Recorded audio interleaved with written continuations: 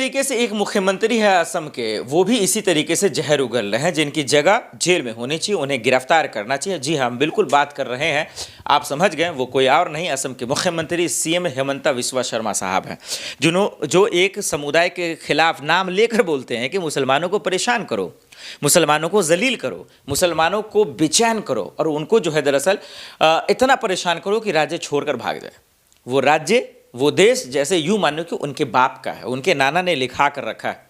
उनको ये बात पता नहीं है कि जिस संविधान की कसम खा रखे हैं ना आप, वो संविधान भीमराव अंबेडकर जी, हमारे अंबेडकर जी ने इसीलिए बनाया था कि तुम जैसे दो कौड़ी के गुंडे चंद वोटों की बदौलत जब कुर्सी पे बैठोगे ना, तो ऐसे सत्ता के नशे में चूर हो जाओगे, और जो छोटे तबके के लोग हैं ना, उनको तुम कीड़ा मकोड़ा समझोगे, और कीड़ा मकोड़ा समझोगे तो ऐसे ही तानाशाही वाली बयान दोगे कि इसको भगाओ, इसको मारो, इस पर जुल्म करो। जरा सा सुनिए ना कि इनके बयान क्या है।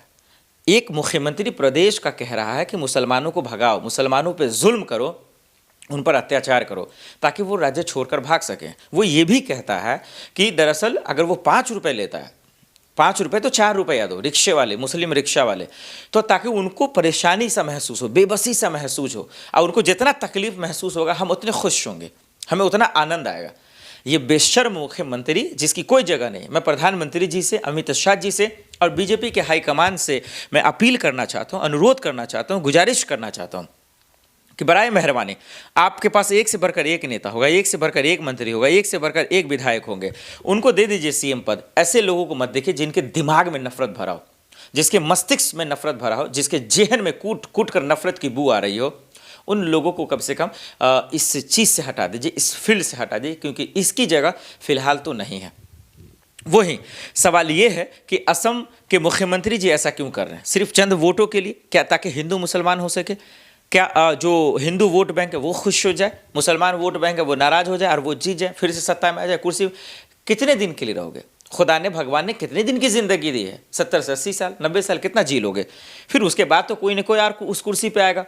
तो आप बीज ऐसा बो जो कम से कम देश की तरक्की के लिए हो, प्रदेश की तरक्की के लिए हो, वहाँ के युवा, महिलाएं, हिंदू, मुस्लिम, सिख, ईसाई सबके तरक्की के लिए हो, बजब्ता इसके लिए कि किसी को परेशान करो।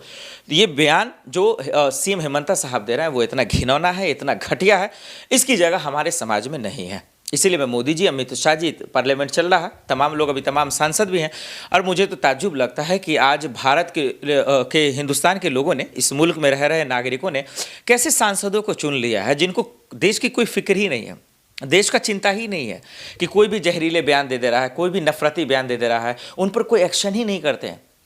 जिस पार्लियामेंट में आप जाते हैं वहाँ की हवा कितनी जहरीली है, आए दिन वहाँ गुंडागर्दी हो रही है, आए दिन माफिया हो रहा है। आज देखिए ना, जनकपुरी में एक मासूम फिर सिस्टम ने जान ले लिया। वो एक लापरवाही, सिस्टम की लापरवाही से जो है गड्ढे में गिर गया बाइक से, उनकी मौत हो गई। तो जहरीली हवा से कितने लोगों की मौत हो रही है।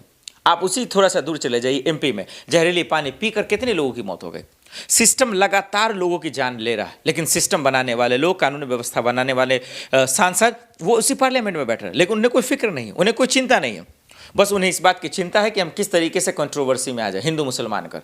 तो ये बड़ी चिंताजनक है, ये अफसोसजनक है कि आज इस मुल्क में रह रहे लोगों ने ऐसे लोगों को चुना है जो उनकी ही महफूजगी के लिए काम नहीं कर पा रहे हैं। वो अपने बच्चों की महफूजगी के लिए काम कर रहे हैं, वो विदेश में भेज रहे हैं, यूक्रेन, रसिया, अमेरिका, लंदन, इंग्लैंड, यहाँ भेज रहे हैं, वो पढ़ाई करेंगे, लेकिन हमारे आपके बच्चे सब्जियां बेचेंगे। तो ये बहुत मुश्किल हालात है। वो हिंदू मुसलमान करेंगे, वो बजरंग दल में शामिल होंगे, आरएसएस में शामिल होंगे, और इस तरीके से गुंडागिरी करेंगे। इससे हमारा समाज नहीं विकसित होगा, हमारा समाज आगे नहीं बढ़ेगा। और उस बीच में अगर ऐसा मंत्री आ जाए जो संविधान की कसम खाता हो, और जब वो कसम खाता है तो उसके हाथ क्यों नहीं कांपते हैं कि भाई मैं तो अभी कसम खा रहा हूँ, लेकिन कल होगी तो झूठ बोलूँगा, कल होगी तो हमारे दिमाग में गंदगी भरी है। तो मैं बीजेपी के हुक्मरानों से मैं ये गुजारिश करता हूँ कि ऐसे मुख्यमंत्री को पद से हटाएं, और जो मुसलमान के जो लोग हैं, समाज के लोग हैं, उस थाने में जाएं, एफआईआर दर्ज करें। जो मुसलमान नेता हैं वो भी जाकर एफआईआर दर्ज करें, ताकि ऐसे मुख्यमंत्री पर कार्रवाई हो सके, और इसको ये एहसास हो कि सिस्टम से ये बड़े नहीं हैं। सिस्टम होता है, कानून होता है, कानून से बड़ा कोई भी इस धरती पर नहीं है।